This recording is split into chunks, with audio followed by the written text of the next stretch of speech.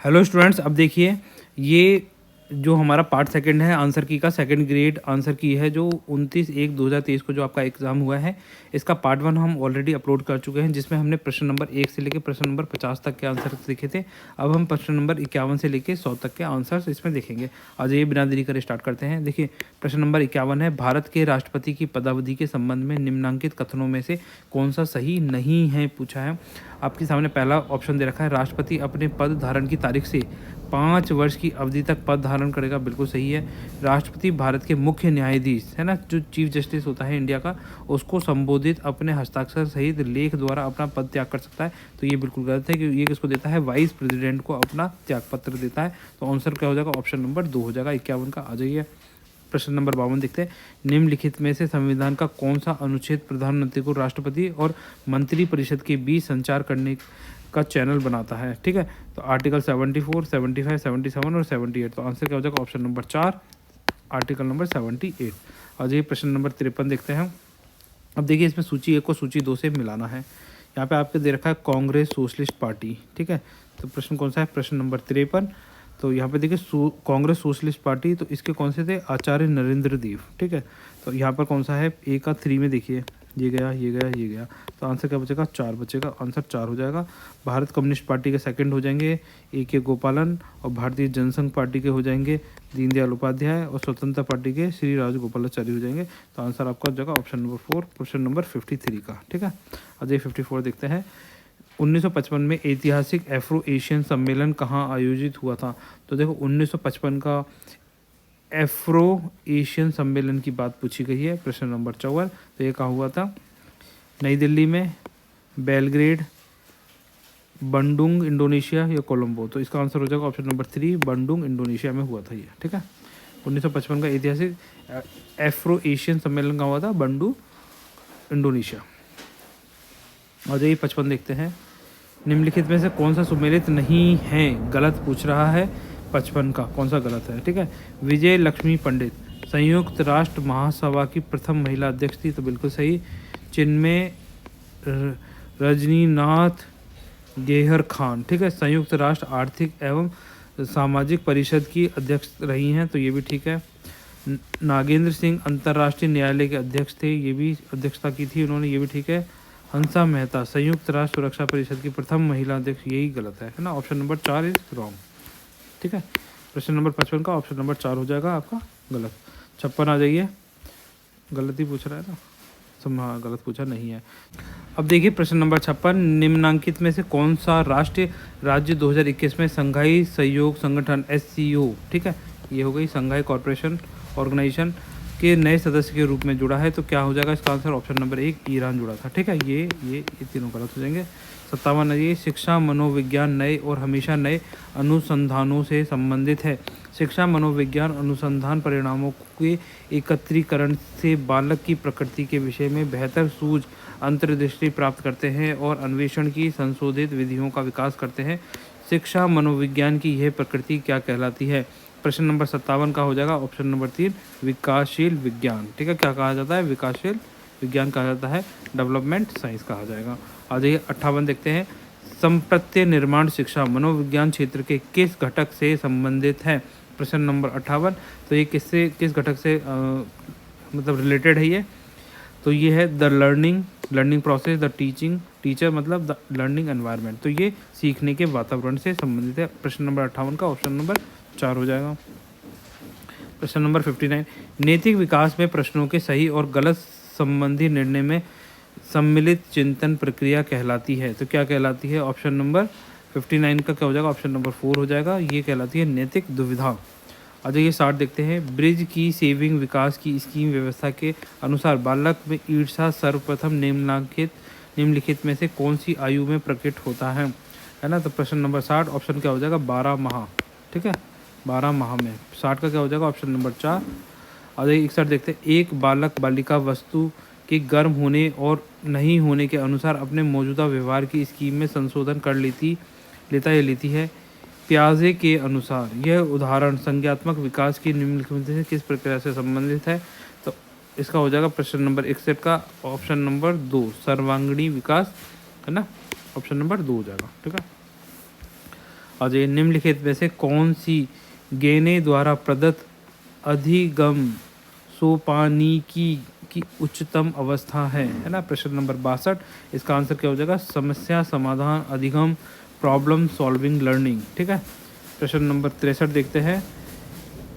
Bandura के अवलोकन अधिगम सिद्धांत के अनुसार बाह्य प्रेरक और प्रतिनियुक्त प्रेरक निम्नलिखित में से कौन सी प्रक्रिया से संबंधित है?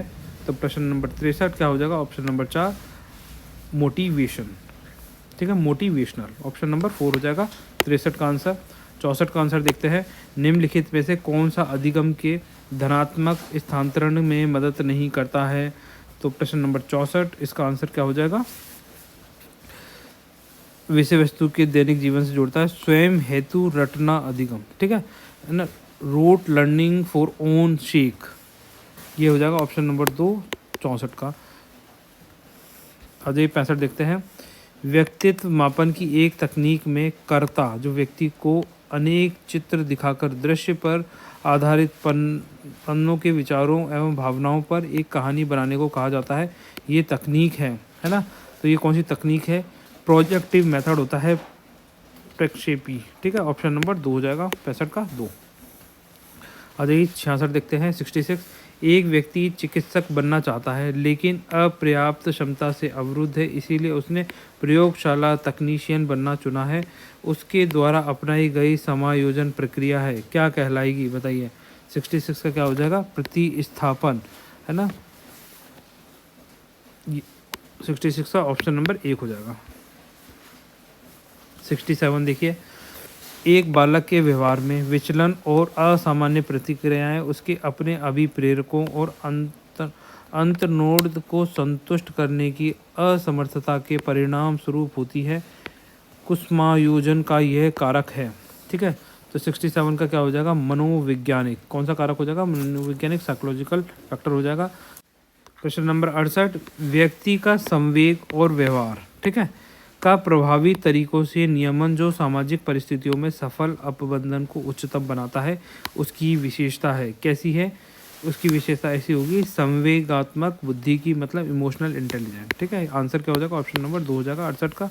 69 देखते हैं। प्रश्न नंबर 69, निम्नलिखित में से कौन सा स्टर्नबर्ग के त्रितंत्रीय बुद्धि सिद्धांत के संघटात्मक उप सिद्धांत का एक घटक नहीं है? नहीं पूछा है, इस पर जोर देना है। ठीक है, मेटा घटक, निष्पादन घटक, ज्ञानार्जन घटक या क्रिएटिव सृजनात्मक घटक, क्रिएटिव कंपोनेंट। तो आंसर क्या हो जाएगा? ऑप्शन नंबर 4 69 का 4। ये नहीं है, बाकी तीनों हैं इसके। ठीक है, मेटा है, निष्पादन है, ज्ञानार्जक है। ठीक, 69 का क्या हो जाएगा? ऑप्शन नंबर 4 हो जाएगा। 70 पे आ जाइए। अब देखिए प्रश्न नंबर 70, निम्नलिखित में से कौन सा टॉरेंस के सृजनात्मक चिंतन शाब्दिक परीक्षण का एक उप परीक्षण नहीं है? शाब्दिक परीक्षण का एक उप परीक्षण नहीं है, तो कौन सा नहीं है? ऑप्शन 2 हो जाएगा, नवीन संबंध उप परीक्षण नहीं है। ठीक है, आ जाइए प्रश्न नंबर 71 देखते हैं। अभिप्रेरणा का, देखो, best example for the motivation. ठीक है, निम्नलिखित में से कौन सा सर्वोत्तम उदाहरण है, ये पूछा गया है।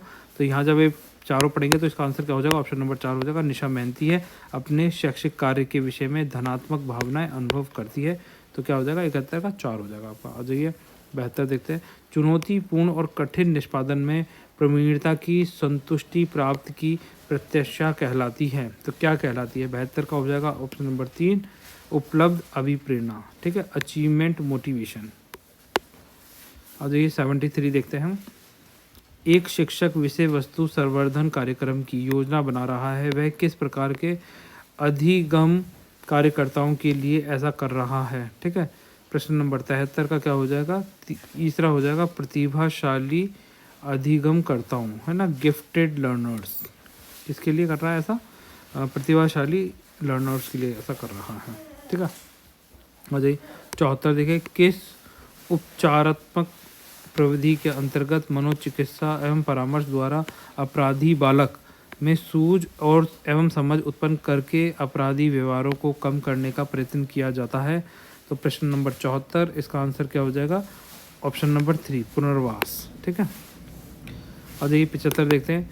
स्व आत्मा के स्वतंत्र दृष्टिकोण की सर्वोत्तम परिभाषा का चयन कीजिए। तो प्रश्न नंबर 75 क्या आंसर हो जाएगा? आंसर नंबर 2 हो जाएगा इसका। स्वयं को अपने संबंधों को दूसरे व्यक्तियों के साथ के रूप में परिभाषित करना। आ जाइए प्रश्न नंबर 76 देखते हैं। प्रश्न नंबर 76, निम्नलिखित में से कौन सी अभिवृत्तियों की विशेषता नहीं है? तो कौन सी नहीं है, जब आप ये सारे पढ़ेंगे तो ये अभिवृत्ति 76 का आंसर नंबर 2 हो जाएगा। अभिवृत्ति यहाँ जन्मजात होती हैं, है ना, ये उसकी विशेषता नहीं है। 76 का। 77 आ जाइए, राजस्थान में विंध्यन कगार के क्षेत्र में पाए जाते हैं। तो बताइए विंध्यन कगार के क्षेत्र में पाए जाएंगे कोटा, झालावाड़, ठीक है, धौलपुर, करौली, अलवर, भरतपुर, अलवर, सवाई माधोपुर। तो कोटा, झालावाड़ क्षेत्र में ही विंध्यन कगार मिलेंगे। ऑप्शन नंबर 1 हो जाएगा। 78, कोपन के अनुसार राजस्थान में निम्नलिखित में से कौन सी जलवायु का प्रकार नहीं पाया जाता है?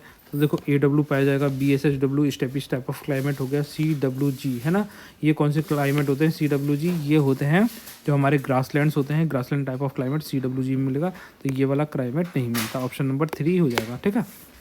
आ जाइए 79, नदी जो कि वन की आशा के रूप में जानी जाती है, कौन सी हो गई? बनास नदी हो गई। 4 ऑप्शन हो जाएगा इसका। निम्नलिखित में से कौन सा जिले का समूह राजस्थान में सर्वाधिक कुल वन क्षेत्र घेरता है? ठीक है, तो प्रश्न नंबर कौन सा हो जाएगा? देखो सर्वाधिक कुल वन, तो सबसे ज़्यादा वन वैसे भी उदयपुर में है, ठीक है, तो ये तो वैसे भी गया, ये भी गया, ठीक है। अभी उदयपुर के बाद चित्तौड़गढ़, ये बिल्कुल ठीक है। 30 और चित्तौड़गढ़ के बाद कौन सा है? 12 है, यहाँ पे झालावाड़ नहीं होगा, और उसके बाद करौली। तो ये आंसर 1 हो जाएगा, 80 का 1, ठीक है। आ जाओ 81 देखते हैं। 81 हो गया, निम्नलिखित में से कौन सा एक राजस्थान का असली उत्पादक प्रदेश है ना? अलसी उत्पादक प्रदेश है राजस्थान में। कौन सा अलसी कहाँ से उत्पादित होती है? 81, तो ये होती है हड़ौती प्रदेश से, ठीक है, ऑप्शन नंबर 2। आ जाओ 82 देखते हैं। प्रश्न नंबर 82, कौन सा कथन सही नहीं है? रथ प्रदेश में गोवंश प्रमुख पशुधन है, ठीक है, ये तो सही है। मध्य राजस्थान मालवी पशुधन प्रदेश में सम्मिलित है, तो ये गलत है। मालवी इधर नहीं है, साउथ की तरफ मिलेगा, ठीक है। तो ऑप्शन 82 का क्या हो जाएगा? ऑप्शन नंबर 2 हो जाएगा। आ जाओ 83 का होगा, राजस्थान में भील जनजाति द्वारा मैदानी भागों में की जाने वाली कृषि कहलाती है, ठीक है। तो 83 का क्या हो जाएगा? ऑप्शन नंबर चिमाता, तापा, कछुआ और दजिया, ठीक है, ऑप्शन नंबर 2 हो जाएगा, ठीक है। भील जनजाति द्वारा मैदानी भागों में की जाने वाली कृषि कहलाती है, दजिया कहलाती है। आ जाइए 84 देखते हैं। निम्नलिखित में से कौन सा कथन राजस्थान में लिंग अनुपात के बारे में जनगणना 2011 के अनुसार सही नहीं है? ठीक है, गलत बताना है। 84 में इनमें कौन सा गलत है, सही नहीं होगा। तो ग्रामीण लिंग अनुपात 933 था, नगरीय लिंग अनुपात 1914 था, बाल लिंग अनुपात 06, आयु का समूह का 898 नहीं 888 था, तो आंसर 3 हो जाएगा, ठीक है। राजस्थान के कौन से जिले में बृहद उद्योग लार्ज स्केल इंडस्ट्रीज़ की सर्वाधिक संख्या पाई जाती है? तो देखो सबसे ज़्यादा लार्ज स्केल इंडस्ट्रीज़ राजस्थान में कहाँ मिलेंगे? ये हमें मिलेंगे उदयपुर क्षेत्र में, ठीक है। आगे 86, निम्नलिखित को सम्मिलित कीजिए तथा नीचे दिए गए कूटों को सही उत्तर चुनिए। पर्यटन स्थल और पर्यटन सर्किट। या घाना पक्षी विहार कहाँ पर है? घाना पक्षी विहार किधर पड़ेगा बताइए? शेखावाटी क्षेत्र में, जयपुर सर्किट में, अलवर सर्किट में या हड़ौती सर्किट में? तो देखिए घाना पक्षी विहार भरतपुर में है, अलवर सर्किट में पड़ेगा, ठीक है। गागरोन किला कहाँ पड़ेगा? गागरोन किला हड़ौती सर्किट के अंदर पड़ेगा, ठीक है। बी का कौन सा हो जाएगा? 4 हो जाएगा। ए का 3, बी का 4, ये ऑप्शन हो गया अपने पास में। आ जाइए ब्रह्मा मंदिर किधर पड़ेगा? अलवर सर्किट या शेखावाटी सर्किट में पड़ेगा? तो ब्रह्मा मंदिर पड़ेगा हमारा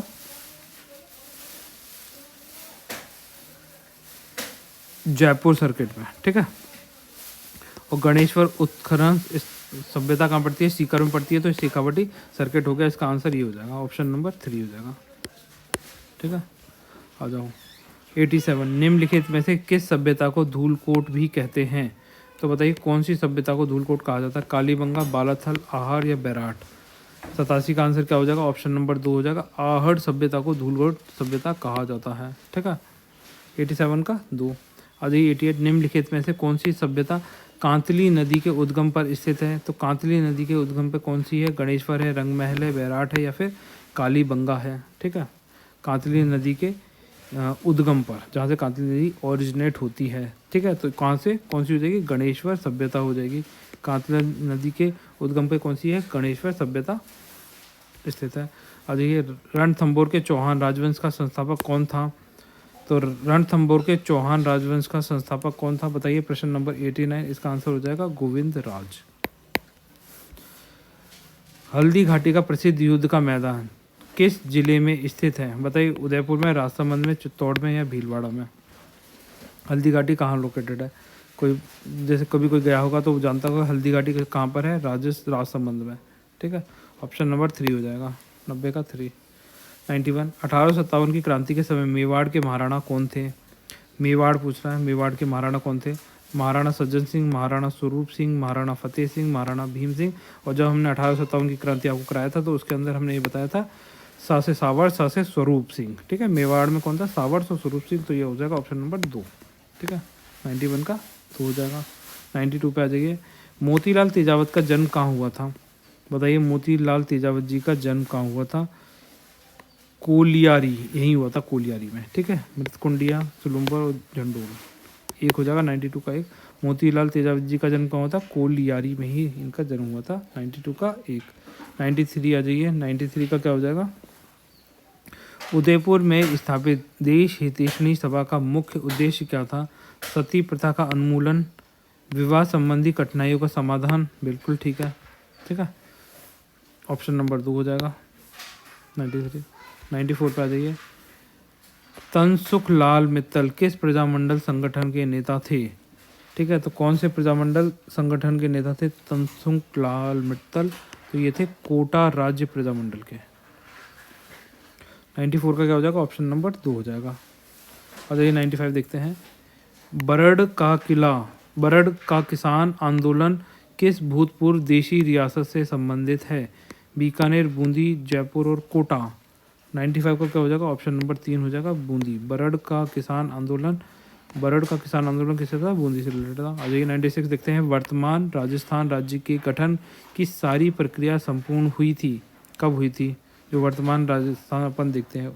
तो 96 का क्या हो जाएगा, ऑप्शन नंबर 4 हो जाएगा, 1 नवंबर 1956 को ये कंप्लीट हो गया था। ठीक है, लोक देवता मल्लीनाथ जी का मंदिर कहाँ स्थित है, बताइए। मल्लीनाथ जी, खड़नाल, ददरेवा, रुणेचा या तिलवाड़ा। 97 का क्या हो जाएगा, बताइए। ऑप्शन नंबर 4 तिलवाड़ा में इनका मल्लीनाथ जी का मंदिर है। तिलवाड़ा कहाँ पड़ेगा, बाड़मेर के अंदर।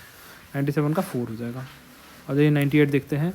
सूर्य और विष्णु के सम्मिलित भाव की प्रतिमा किस मंदिर में प्रतीत होती है। सूर्य मंदिर में झालरापाटन में, सोमेश्वर मंदिर किराड़ू में, जगदीश मंदिर उदयपुर में या श्रीनाथ मंदिर नाथद्वारा में। तो बताइए कहाँ होता है, तो इसका आंसर हो जाएगा ऑप्शन नंबर 1 सूर्य मंदिर झालरापाटन में। हमें सूर्य और विष्णु के सम्मिलित भाव की प्रतिमा मिलती है इस मंदिर के अंदर, देख लो। ठीक है, 99 बूंदी के तारागढ़ दुर्ग का निर्माण किसने करवाया था, बताइए। रावदेव ने, राव समर सिंह ने, राव बेरी साल ने या राव बर सिंह ने। तो क्या हो जाएगा, ऑप्शन नंबर 4 हो जाएगा, राव बर सिंह ने बूंदी के तारागढ़ दुर्ग का निर्माण कराया था। ठीक है, आज ये 100 देखते हैं। महिला चित्रकारों कमला एवं इलायची के नाम से किस चित्र शैली से संबंधित है। ठीक है, महिला चित्रकारों कमला और इलायची, बताइए। जोधपुर, किशनगढ़, अलवर और नाथद्वारा। तो ये कहाँ से संबंधित है, कमला इलायची, ऑप्शन नंबर 4 नाथद्वारा से। ठीक है, तो ये आपके 100 के 100 प्रश्न हो गए हैं। अब आप अपना स्कोर बता सकते हैं आपके इस अकॉर्डिंग, हमारी आंसर की के अकॉर्डिंग कितने आंसर क्वेश्चन सही हो रहे हैं और कितने नहीं हो रहे हैं। ठीक है, और आपका क्या स्कोर आ रहा है। ठीक है, तो गाइज मिलते हैं नेक्स्ट लेक्चर में, तब तक के लिए आप सब लोग खुश रहिए, बाय, धन्यवाद।